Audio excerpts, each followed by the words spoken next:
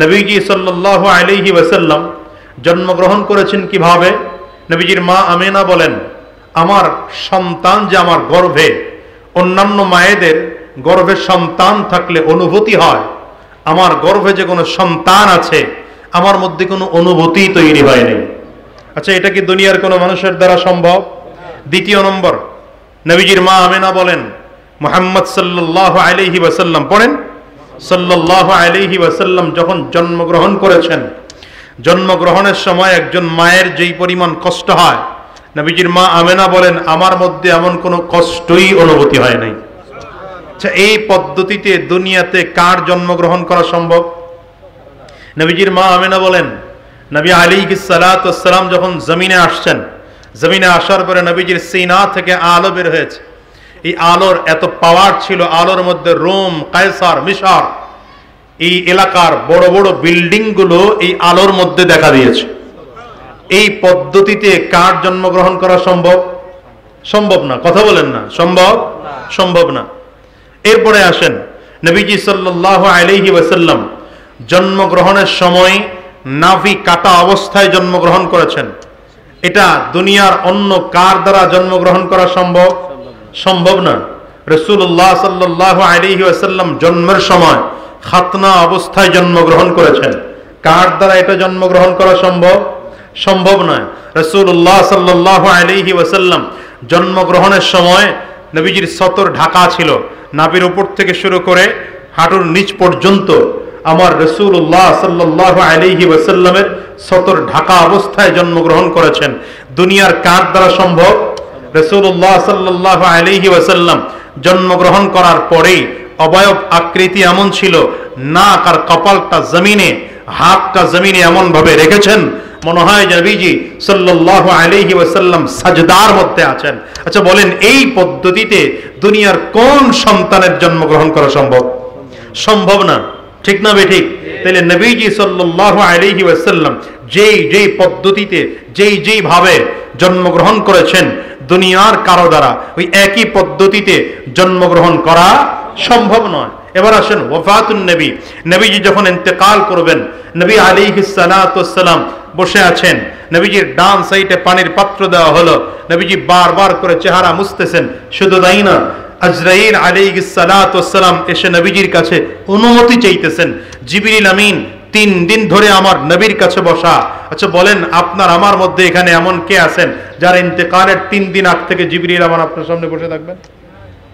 শুধু তাই না, আজরাইল আলাইহিস সালাতু ওয়াস সালাম নবীজির সামনে বসে বললেন, পয়গম্বর, আল্লাহ তাআলা আপনার সাক্ষাতের অপেক্ষায় আছে, তবে আল্লাহ বলেছেন যদি আপনি চান তো আপনার জান কবজ করা হবে, আর আপনি যদি না চান তো আপনাকে জমিনে রেখে দেওয়া হবে। রাসূলুল্লাহ সাল্লাল্লাহু আলাইহি ওয়াসাল্লামের কাছে আজরাইল অনুমতি চেয়েছেন জান কবজ করার জন্য। আপনার আমার কার কাছে অনুমতি চাবেন? কথা বলেন না। শুধু তাই না, রাসূলুল্লাহ সাল্লাল্লাহু আলাইহি ওয়াসাল্লাম এই আজরাইল আলাইহিস সালাতু ওয়াস সালাম ওয়াফাত দেওয়ার পরে নবীজি হাত উঁচু করেছেন আর আল্লাহর দিকে তাকায়া, আসমানের দিকে তাকিয়ে নবী বলেন, আল্লাহুম্মা রফিকাল আ'লা, আল্লাহুম্মা রফিকাল আ'লা, আল্লাহুম্মা রফিকাল আ'লা। 3 বার বলে রাসূলুল্লাহ সাল্লাল্লাহু আলাইহি ওয়াসাল্লামের হাত জমিনের মধ্যে পড়ে যায়। নবীজি জমিন থেকে বিদায় হয়ে যান, ইন্তেকাল করেন। বলেন, এই পদ্ধতিতে দুনিয়ায় কারো দ্বারা ইন্তেকাল করা সম্ভব? এই জন্য ইসলামের থিওরি, আহলুস সুন্নাত ওয়াল জামাতের আকীদা হচ্ছে, কথা হচ্ছে মিলাদুন নবী আর ওয়াফাতুন নবী জানার বিষয় কিন্তু মানার বিষয় না। জানার বিষয় কিন্তু মানার, বুঝে না কথা, জানার বিষয় কিন্তু মানার বিষয় না, মানা যায়ও না। কিন্তু রাসূলুল্লাহ সাল্লাল্লাহু আলাইহি ওয়াসাল্লাম খাওয়া দাওয়া করেছেন কিভাবে, চাইলে একজন মানুষ পালন করতে পারে না? পারে না? এটা তো সিরাতুন নবী। নবীজি সাল্লাল্লাহু আলাইহি ওয়াসাল্লাম ইস্তেনজায় কিভাবে গিয়েছেন, এই পদ্ধতিতে আমি আপনি চাইলে ইস্তেনজায় যেতে পারবো কি পারবো না? এটাই তো সিরাতুন নবী।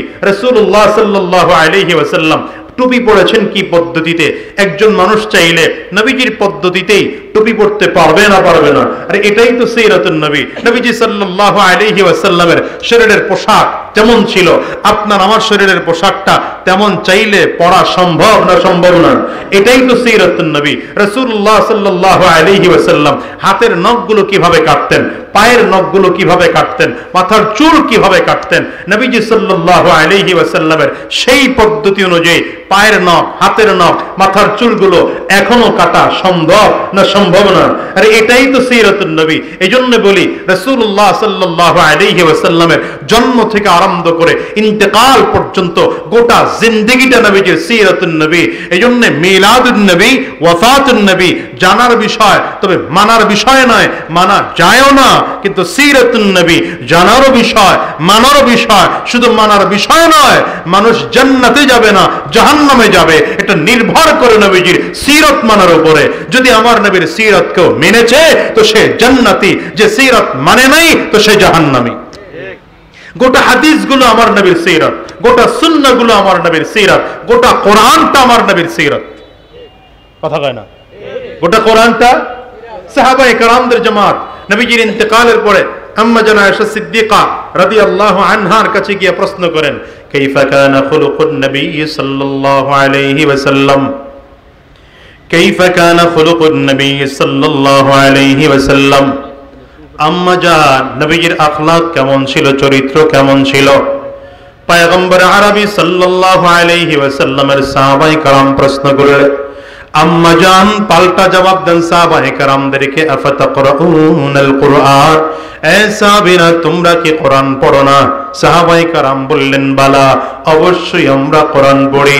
পয়গম্বর আরবির স্ত্রী আম্মা জান আয়েশা সিদ্দিকা রাদিয়াল্লাহু আনহা ডেকে বলেন, নবীর সাহাবীরা যদি কোরআন পড়ে থাকো তাইলে জবাব নিয়ে নাও, কানা খুলুকুল কুরআন। আমার নবীর আখলাক জানতে চাও, কোরআনুল কারীম যা, আমার নবীর আখলাক ঠিক তা। এজন্য বলি জমিনের মধ্যে আল্লাহ তাআলা দুটি কোরআন জগতের মানুষের কাছে পাঠিয়েছেন। এর মধ্যে একটা কোরআন হলো থিওরিক্যাল কোরআন, আরেক কোরআন হলো প্র্যাকটিক্যাল কোরআন। কথা কয় না? একটা হলো থিওরিক্যাল কোরআন, আরেক হলো প্র্যাকটিক্যাল কোরআন। থিওরিক্যাল কোরআন হলো আপনার আমার সামনে যে প্রিন্টেড করা কোরআন আছে, এই 30 পারাওয়ালা 114 সূরাওয়ালা কোরআন, এটা হচ্ছে প্রিন্টেড কোরআন, থিওরিক্যাল কোরআন। আর প্র্যাকটিক্যাল কোরআন হলো আপনার আমার নবী মুহাম্মদুর রাসূলুল্লাহ, জোরে বলেন সাল্লাল্লাহু আলাইহি ওয়াসাল্লাম। এখন দুনিয়ার মানুষের অবস্থা হলো সিরাতুন নবী বাদ দিয়েছে দুনিয়ার মানুষেরা। মনে রাখবেন গোটা নবীজির জিন্দেগিটা সিরাতুন নবী। কেমন করে নবীজি খাওয়া দাওয়া করতেন, এটা সিরাতুন নবী। নবীজির চাহনি কেমন ছিল, এটা সিরাতুন নবী। নবীজি কেমন করে কথা বলতেন, এটা সিরাতুন নবী। নবীজি কেমন করে মাথায় টুপি পড়েছেন, এটা সিরাতুন নবী। কেমন করে নবীজি জুব্বা পরেছেন, এটা সিরাতুন নবী। নবীজি স্ত্রীর সাথে কেমন আচরণ করেছেন, এটা সিরাতুন নবী। নবী জামাইয়ের সাথে কেমন আচরণ করেছেন, এটা সিরাতুন নবী। নবীজি শ্বশুরের সাথে কেমন আচরণ করেছেন, এটা সিরাতুন নবী। বন্ধুদের সাথে নবীজি কেমন আচরণ করেছেন, এটা সিরাতুন নবী। ভাইয়ের সাথে নবীজি কেমন আচরণ করেছেন, এটা সিরাতুন নবী। নিজের মায়ের সাথে কেমন আচরণ করেছেন নবীজি, এটা সিরাতুন নবী। নিজের মা 6 বছর মাথায় জমিন থেকে বিদায় হওয়ার পরে দুধ মা হালিমাতুস সাদিয়ার সাথে আমার নবীর কেমন আচরণ ছিল, এটা সিরাতুন নবী। রাসূলুল্লাহ সাল্লাল্লাহু আলাইহি ওয়াসাল্লাম সন্তানের সাথে কেমন আচরণ করেছেন, এটা সিরাতুন নবী। নবী যখন শ্বশুর ছিলেন জামাইয়ের সাথে কেমন আচরণ করেছেন, এটা সিরাতুন নবী। নবী যখন জামাই তখন শ্বশুরের সাথে কেমন আচরণ করেছেন, এটা সিরাতুন নবী। শুধু তাই নয়, আমার নবী যখন রাজনীতিবিদ ছিলেন কেমন করে রাজনীতি গঠন করেছেন, এটা সিরাতুন নবী। আমার নবী যখন ইমাম ছিলেন কেমন করে ইমামতি করেছেন, এটা সিরাতুন নবী। আমার নবী যখন আলোচক ছিলেন কেমন করে বয়ান করেছেন, এটা সিরাতুন নবী। আমার নবী যখন রাষ্ট্রপ্রধান ছিলেন কেমন করে রাষ্ট্র চালাইছেন, এটাও সিরাতুন নবী। ঠিক কি না? এখন আমাদের সমাজের মানুষ খালি মিলাদুন নবী নিয়ে দৌড়ায় আর ওয়াফাতুন নবী নিয়ে দৌড়ায়, সিরাতুন নবীর খবর জানেই তো না। এদেশের মানুষ, এদেশের মানুষ জানেই তো না। এদেশের মানুষ লেনিন কার্ল মার্ক্সের আদর্শ মুখস্থ, কথা কয় না, মাও সেতুনের আদর্শ মুখস্থ এদেশের মানুষের সক্রেটিস প্লেটোর আদর্শ মুখস্থ। আমার দেশের যুবকদেরকে যদি বলা হয় নায়ক নায়িকার নাম কও, বাড়ি কোথায়, ঠিকানা কোথায়, কয়টা বিয়ে করছে, ছেলে মেয়ে কয়টা, সব ক্লিয়ার। 60 জনের নাম জিগাইলে 14 জনের নাম কইয়া এরপরে কয় আরো কমু, কি কথা বল না।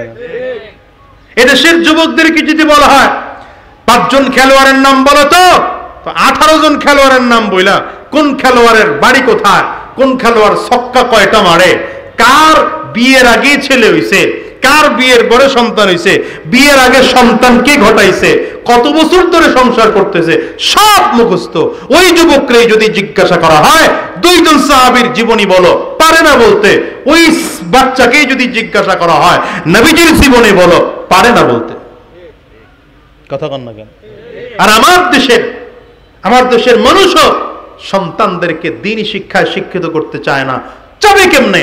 এদেশের স্কুলগুলোও দেখেন না এখন ধরে ধরে, আগে তো ধর্মীয় শিক্ষক ছিল স্কুলে, এখন এই স্কুলগুলোতে ধর্মীয় শিক্ষক বাচ্চা দেয়া ইন্টারিম গভর্নমেন্ট এরা নতুন করে পদক্ষেপ নিচ্ছে যে স্কুলে এখন গানের শিক্ষক নিয়োগ দেওয়া দরকার। বাড়ি যেয়ে কোয়েন নাউজুবিল্লাহ, এখানে কইলে যদি আবার পাবলিক শুনে বেলায় কোয়েন টোয়েন না নাউজুবিল্লাহ, কি কন? এই 4-5 জনে বলবেন, বাকিরা বলবেন না। নাউজুবিল্লাহ কপাল পোড়া জাতি, জোরে বলা যায় না, জোরে নাউজুবিল্লাহ বলা যায় না।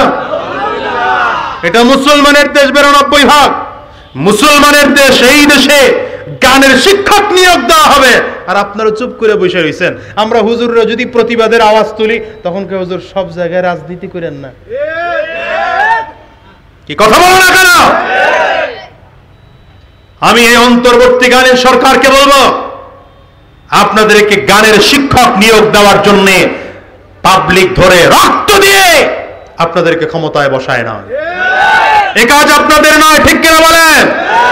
এই এক দলকে আমরা এদেশ ছাড়া করেছি, তারা ভারত টান টান করার কারণে। আমরা যেমন ভারত বিরোধী, তেমন পাকিস্তান বিরোধী, তেমন আমেরিকার সেই কুফরি শক্তিও যদি আমার দেশে দাদাগিরি করতে আসে, এদেশের মুসলমান তাদেরকেও প্রতিহত করবে, ঠিক কিনা? করে বলো। নিয়োগ দেওয়ার জিনিস পান না, আর শিক্ষক নিয়োগ দেওয়া লাগবে। আশ্চর্যের বিষয় হচ্ছে ধর্ম শিক্ষা এখন পড়ায় হিন্দু টিচারে, কারা পড়ায়? মুসলমানের সন্তানদেরকে ধর্ম শিখাচ্ছে হিন্দু টিচার। কত কপালে জাতির পড়ছে, কত কপাল পড়ছে এই জাতির। আর এই কথা আমরা হুজুররা বলতে পারি না। আরে ভাই, এটা 92 ভাগ মুসলমানের দেশ, এখানে 65 লক্ষ মাত্র কি বলে আপনার স্কুল আছে, প্রাথমিক বিদ্যালয়।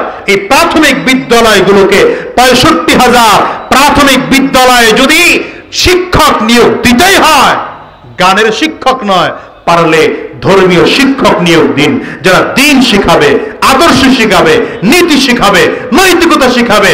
আমার সন্তানগুলো আদর্শবান হবে, চুরি শিখবে না, ডাকাতি শিখবে না, খুন শিখবে না, ধর্ষণ শিখবে না, লম্পট শিখবে না, ঠিক কিনা? আওয়াজ করে বলে। আপনি দেখেন খুঁজে, আমার কথার সাথে আপনি মিলান। আমার দেশে এখন যতগুলো এমপি মন্ত্রীরা আগে ছিল, এখন নতুন করে হওয়ার চিন্তা করতেছে। যারা ছিল এরা চুরি করেছে, যারা হচ্ছে হওয়ার জন্য প্ল্যানিং করতেছে, এরা অলরেডি শুরু করে দিয়েছে।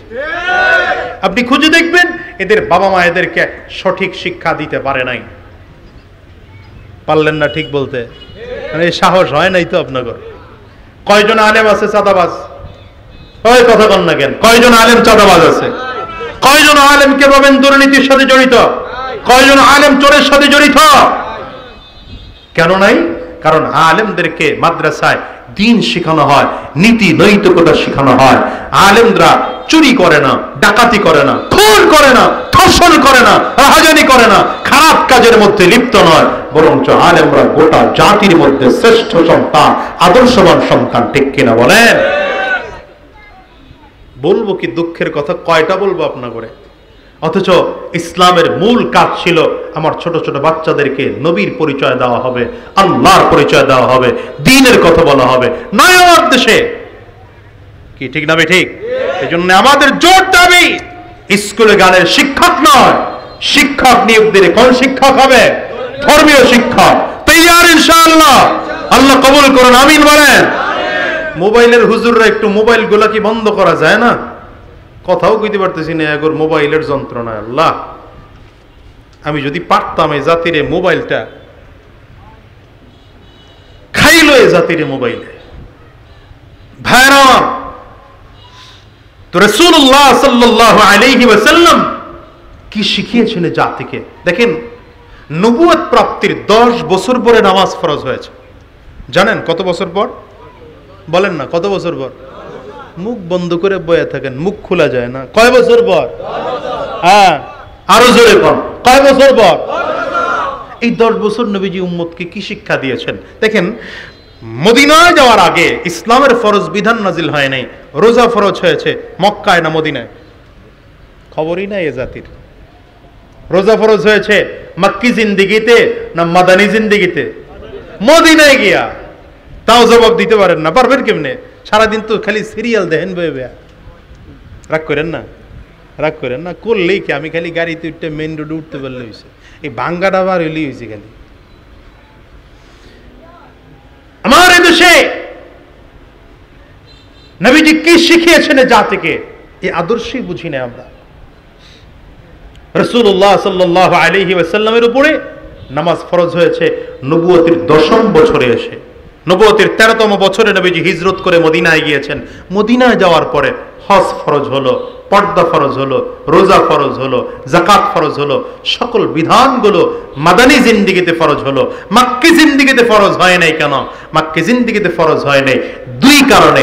এক কারণ হচ্ছে নবুয়তের শুরু থেকে এই 10 বছর পর্যন্ত রাসূলুল্লাহ সাল্লাল্লাহু আলাইহি ওয়াসাল্লাম গোটা জাতিকে তাওহীদের শিক্ষা দিয়েছেন, আখলাকের শিক্ষা দিয়েছেন। জাতি কি করে চরিত্রবান হবে নবীজি সেটা শিক্ষা দিয়েছেন। জাতি আল্লাহ কিভাবে চিনবে নবীজি সেই পরিচয় দিয়েছেন। নবীকে কিভাবে চিনবে সেই পরিচয় দিয়েছেন। আখিরাতের আযাবের কথা এই জাতিকে শুনিয়েছেন। এই 10 বছর পর্যন্ত গোটা জাতিকে শিখিয়েছেন ইস্তেঞ্জা কেমন করে করবা, আয় মিয়া মাথায় টুপি কেমন করে দিবা, খানা কেমন করে খাইবা, বাবার সাথে কেমনে কথা বলবা, সন্তানের সামনে কেমনে কথা বলবা, জামাইয়ের সাথে কেমনে কথা বলবা, শ্বশুরের সাথে। এই ছেলে, এই কই যাস?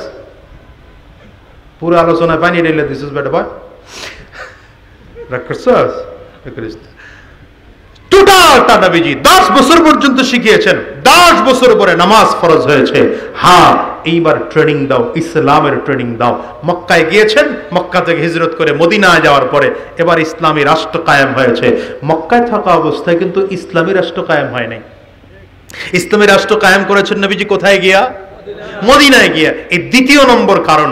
যতগুলো ইবাদত আছে সকল ইবাদতের পূর্ণতা তখনই আসে যখন ইসলামী রাষ্ট্র কায়েম হয়।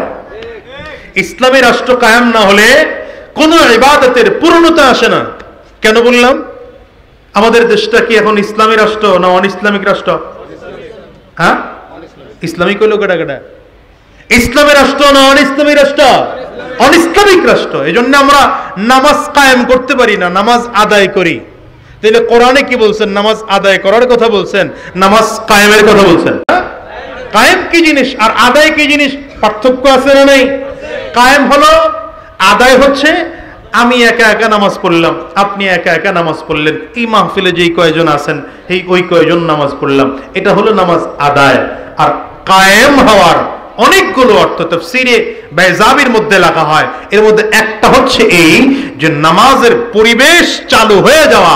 পরিবেশ চালু হচ্ছে এমন, যেমন এখন মাগরিবের আজান দিবে, কিছুক্ষণ পরে মাগরিবের আজান দেওয়ার সাথে সাথে প্রত্যেকটা দোকানের শাটার গুলো লেগে যাবে, প্রত্যেকটা ঘর থেকে পুরুষগুলো বের হয়ে মসজিদে চলে যাবে, দোকানের শাটার গুলো লেগে মসজিদে চলে যাবে, প্রত্যেকজন কাস্টমার মসজিদে চলে যাবে। একজন মানুষের রাস্তায় হাঁটবে না, সব মানুষগুলো মসজিদে গিয়ে জামাতের সাথে নামাজ আদায় করবে। এটা হচ্ছে নামাজ কায়েম। আচ্ছা বলেন তো, এখন কি নামাজ কায়েম না নামাজ আদায়?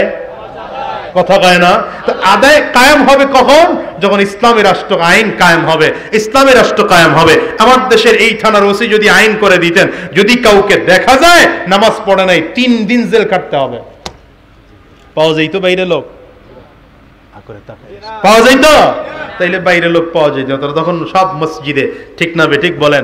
যদি আইন পাস করা হতো সরকার থেকে, যারা জাকাত দিবে না, যারা জাকাত দিবে না, কাউকে যদি জাকাত দেওয়া না হয়, কারোর উপরে জাকাত ফরজ হয়েছে, দেওয়া হলো না, তাইলে তাকে 1 বছর কারাদণ্ড। তাহলে বলেন আমার দেশের কেউ জাকাত ফাঁকি দিত? ফাঁকি দিত না। আমার দেশে চুরি একের পর এক চলতেছে, এই জায়গায় চুরি সকালবেলা, ওই জায়গায় চুরি বিকালবেলা। বরঞ্চ এখনকার আইন হচ্ছে, ব্যাপারটা হচ্ছে এমন, যে যত বড় নেতা সে তত বড় চোর। কি ঠিক না? যে যত বড় নেতা সে তত বড় ডাকাত, যে যত বড় নেতা সে তত বড় চাঁদাবাজ। আমি তো বলি ইসলামের দেশ যদি থাকতো, এদেশে যদি ইসলাম কায়েম থাকতো, এ প্রত্যেকটা নেতার হাত কাটা যেত। আমি এই যে বলেছি 5 আগস্টের পরে বেশি আইন করার দরকার নাই। এখন তো উপজেলা চেয়ারম্যানরা নাই, এখন তো এমপিরাও নাই, এরপরে কমিশনাররাও নাই, মেয়ররাও নাই, ইউনিয়ন পরিষদ এখনো ভাঙে নাই। এ কারণে 5000 ইউনিয়ন পরিষদের চেয়ারম্যানদের মধ্যে তাও নাকি 3500 গায়েব। 3500 পালাইছে। কই 3500? কই কয় না, দেখছেন? কয় না? বলেন বলেন বলেন, 3500 চেয়ারম্যান কই? আরো জোরে কও, আওয়াজ করে কও, চিল্লায়া কও। চুরি করে পালাইছে। এখন আছে আলহামদুলিল্লাহ 1-1.5 হাজার আছে। আমি একজন আছি এর মধ্যে, যারা পালায় নাই হেগোর মধ্যে আমি। কইবেন না তো হুজুররা না, এই জন্য কইবেন না তো। পালান লাগে না, হুজুরগোর পালান লাগে না। কারণ যেগুলো জনগণের প্রতি জুলুম করেছে, অত্যাচার করেছে, ওরা তো পালাইতেই হবে।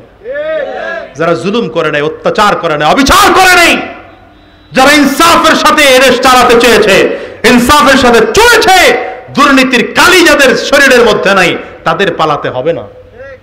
দেখেন না দরবেশ সাহেব এমন কালি মাখছে, এমন দুর্নীতির কালি মেখেছে, দরবেশ সাহেবের দাড়ি কামাইছে, এরপরে মুখের মধ্যে কলব দিয়া সব কালো বানাইছে, বানায় প্যান্ট শার্ট খুলে লুঙ্গি পরেছে, এরপরে মাছের টনারে উঠেছে।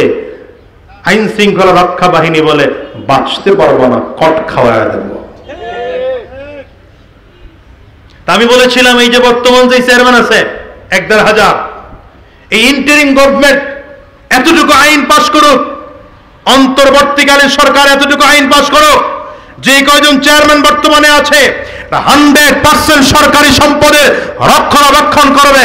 কোন একজন চেয়ারম্যান যদি সরকারি সম্পদ চুরি করে ধরা খায়, ডাকাতি করে ধরা খায়, কোন কাজের বরাদ্দ অনুযায়ী কাজ না করে যদি সে কাজের সম্পদ চুরি করে, তাহলে জাতীয় মসজিদ বাইতুল মুকাররমে জুমার নামাজের পরে মিডিয়ার উপস্থিতিতে চেয়ারম্যানের হাত কেটে দেওয়া হবে। একটা চেয়ারম্যানের হাত কাটেন, বাকিগুলো এমনি ভালো হয়ে যাবে। তা আমি নিজে হয়ে কইলাম আর কি, আমি তো চেয়ারম্যানের উপরে যাইতে পারতেছি না, আমি তো এই পর্যন্ত আছি, এই জন্য এইটা বললাম, অটোমেটিক ভালো হয়ে যাবে। এটা বলার মতো সাহস আমার আছে আলহামদুলিল্লাহ, কারণ এই 4.5 বছরে চুরির দাগ লাগে নাই তো। সুতরাং মনে রাখেন, আগামীতে যখন নির্বাচন আইব, তখন খুঁজে খুঁজে যেগুলার দাড়ি নাই, মাথায় টুপি নাই, নামাজ টামাজ পড়ে না, সিজনাল মুসল্লি, কিও এরা যদি আমাকে কয় ধর্ম ব্যবসায়ী, কনে বিসমিল্লাহ সারা বিধান দরকার নাই, এরা আমাকে বলি ধর্ম ব্যবসায়ী। আরে বেটা, আমরা নির্বাচনের আগেও নামাজ পড়ি, পরেও নামাজ পড়ি, নির্বাচনের আগেও মাথায় টুপি থাকে, পরেও মাথায় টুপি থাকে, নির্বাচনের আগেও মুখে দাড়ি থাকে, পরেও মুখে দাড়ি থাকে, নির্বাচনের আগেও ওলামায়ে কেরাম জনগণের সাথে সম্পৃক্ততা রাখে, পরেও রাখে। তোমরা তো নির্বাচন আসলে মসজিদে মসজিদে দৌড়াও, মাথায় টুপি লাগাও, মুখে দাড়ি রাখো। আমরাও চাই তোমরা সব সময় দিনের রাস্তায় চলো, তাহলে তোমরাও ভালো হয়ে যাও, আমরাও ভালো হয়ে যাই, গোটা জাতিটাই ভালো হয়ে যায়। ঠিক কিনা আওয়াজ করে বলেন। আল্লাহ জাতিরে বুঝার তৌফিক দান করুন। তো 10 বছর নবীজি কয় কারণে বললাম? 2 কারণে। এক কারণ হলো 10 বছর নবীজি গোটা জাতিকে এদিকে আখলাক শিখিয়েছেন, তালিম দিয়েছেন, আখিরাতের তালিম। কিয়ামত কাকে বলে এটা শিখিয়েছেন। নামাজ আমার রাসূলুল্লাহ সাল্লাল্লাহু আলাইহি ওয়াসাল্লাম শিখানোর আগে এগুলো শিখায় ক্লিয়ার করেছেন। দ্বিতীয় নম্বর কারণ, মদিনায় যাওয়ার পরে সকল বিধান আসলো, কারণ ইসলামী রাষ্ট্র কায়েম হওয়ার আগ পর্যন্ত কোন বিধানকে পরিপূর্ণভাবে পালন করা যায় না। এজন্য আমাদের প্রথম দাবি, আমার এই দেশে আর কিছু হোক আর না হোক, এই 53 বছর ধরে আমরা বহুত দুর্নীতি দেখেছি, এই 17 বছরের স্বৈরাচার দেখেছি, নতুন করে আর দেখতে চাই না। এবার ইসলাম কায়েম করতে চাই, বাংলার আকাশে কালিমার পতাকা উত্তোলন করতে চাই, কোরআন দিয়ে দেশ চালাতে চাই। তৈয়ার কারা কারা দেখি, হাতগুলো উঁচা করে দেখা হয়। ভয়ের কিছু নাই, শুধু সাহস নিয়ে সামনে আগান। বলবেন হুজুর হবে না, আমি বলি না হবে না সেটা নয়, চেষ্টা আপনার আমার শুরু করেন, একদিন হয়ে যাবে। আজ থেকে 1450 বছর আগে ইতিহাস দেখেন না, রাসূলুল্লাহ একা, বলেন না নবীজি ওই হেরা গুহাতে যেদিন নবীজি ওহী প্রাপ্ত হলেন, কোরআনের আয়াত নাজিল হলো, তখন নবীজির সাথে কয়জন ছিল বলেন না? আসছেন ঘরে, আম্মাজান খাদিজা রাদিয়াল্লাহু আনহাকে বলেন জাম্মিলুনি, আম্মাজান চাদর দিয়ে ঢাকলেন। একটা চাদর দেওয়া হলো, নবীজির বন্ধ হয় না। আরেক চাদর দেওয়া হলো, কাঁপুনি বন্ধ হয় না। আরেক চাদর দেওয়া হলো, কাঁপুনি বন্ধ হয় না। রাসূলুল্লাহ সাল্লাল্লাহু আলাইহি ওয়াসাল্লাম দাওয়াত বন্ধ করেন নাই। আম্মাজান খাদিজা কালিমা পড়ে মুসলমান হয়েছেন। পরের দিন আবু বকর সিদ্দিক কালিমা পড়ে মুসলমান হয়েছেন। পরের দিন আলী রাদিয়াল্লাহু আনহু কালিমা পড়ে মুসলমান হয়েছেন। ইসলামের প্রথম যুগ চলে গেল, দ্বিতীয় বর্ষে এসে সাদ ইবনে আবি ওয়াক্কাস রাদিয়াল্লাহু আনহু, এমন করে 6 বছর চলে গেল। 6 বছর বসে মুসলমানের সংখ্যা মাত্র 40 জন, অমুসলমান। শুধু তাই না, এরপরে নবীজি হিজরত করে চলে গেলেন বদরের প্রান্তরে, মাত্র হাতে গোনা 313 জন সাহাবী চলে গেলেন উহুদের ময়দানে, হাতে গোনা 1000 সাহাবী চলে গেলেন খন্দকের ময়দানে, হাতে গোনা 3000 সাহাবী অমুসলমান চলে গেলেন মুতার প্রান্তরে। মক্কা বিজয় করেছেন 10,000 সাহাবী। কিন্তু যেদিন নবীজি বিদায় হজের ভাষণে, আমার নবী বিদায় ভাষণ দিচ্ছিলেন, সেই দিন নবীজির সামনে 1.25 লক্ষ সাহাবী, দুনিয়ার মুসলমান। ইসলাম ছোট, রাসূলুল্লাহ সাল্লাল্লাহু আলাইহি ওয়াসাল্লাম নিজেই বলেন আল ইসলামু বাদাআ গরীবান ওয়া সায়াউদু কামা বাদাআ গরীবা। ইসলাম তো ছোট আকারে জমিনে শুরু হয়েছে, আবার ইসলাম এক সময় ছোটই হয়ে যাবে। আপনি মনে করেন না আমরা মুসলমানের সংখ্যা কম, আমরা সবাই মিলে ইসলামের পক্ষে কথা বলে লাভ নাই। আমি বলবো না না, বর্তমান বাংলাদেশে আমরা 92% মুসলমান। এদেশে নামাজের সংখ্যা এখনো কম নয়, রোজাদারের সংখ্যা এখনো কম নয়, দিনদারদের সংখ্যা এখনো কম নয়, মাথায় টুপি দেওয়া মানুষের সংখ্যা এখনো কম নয়, মুখে দাড়ি রাখার সংখ্যা এখনো মানুষ কম নয়। সবাই মিলে যদি চিন্তা করি, আমরা ডান বাম বহুত দেখেছি।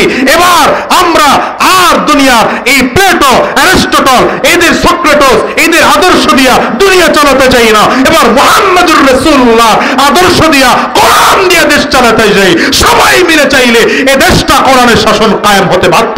ঠিক কিনা আওয়াজ করে বলো, কারা কারা চাও? 2 হাত উঁচু করে দেখাও। তৈয়ার তো ইনশাআল্লাহ, তৈয়ার তো ইনশাআল্লাহ। সুতরাং মনে রাখবেন, আলহামদুলিল্লাহ উলামায়ে কেরামদের দূরত্ব দিন দিন কমে এসেছে। হাতে হাত রাখতে আরম্ভ করেছেন, উলামায়ে কেরাম কাঁধে কাঁধ মিলাতে আরম্ভ করেছেন, এক স্টেজে বসতে শুরু করেছেন, উলামায়ে কেরাম এক দস্তরখানে বসতে শুরু করেছেন। ভবিষ্যৎ ভালো, বলেন না?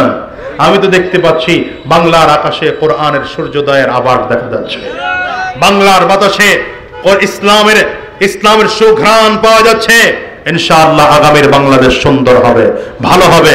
আমরা এই দেশটাকে নিয়ে সামনের দিকে এগিয়ে যাব, ইসলাম মানা হব। তৈয়ার তো ইনশাআল্লাহ? সবাই তৈয়ার তো ইনশাআল্লাহ? কারো প্রতি বিদ্বেষ নাই, প্রত্যেকের প্রতি দিল ভরা মোহাব্বত নিয়ে, বুক ভরা ভালোবাসা নিয়ে কথাগুলো বলে গেলাম। প্রিয় ভাই মুসলমান বন্ধুগণ, আসুন রাসূলুল্লাহ সাল্লাল্লাহু আলাইহি ওয়াসাল্লামের সুন্নাহ অনুযায়ী যেমন করে আপনারা বিবাহ সন্তান দেন, সন্তান বিবাহ করান, নিজেও বিয়ে করার সময় নবীজির সুন্নাহ খুঁজেন, আবার নামাজ পড়ার সময় যেমন নবীজির সুন্নাহ খুঁজেন, রোজা রাখার সময় যেমন নবীজির সুন্নাহ খুঁজেন, যাকাত দেওয়ার সময় যেমন নবীজির সুন্নাহ খুঁজেন, ঠিক তেমনি ভাবে রাজনীতি করার সময়ও নবীজির আদর্শ আর সুন্নাহ অনুযায়ী রাজনীতি করতে চাই।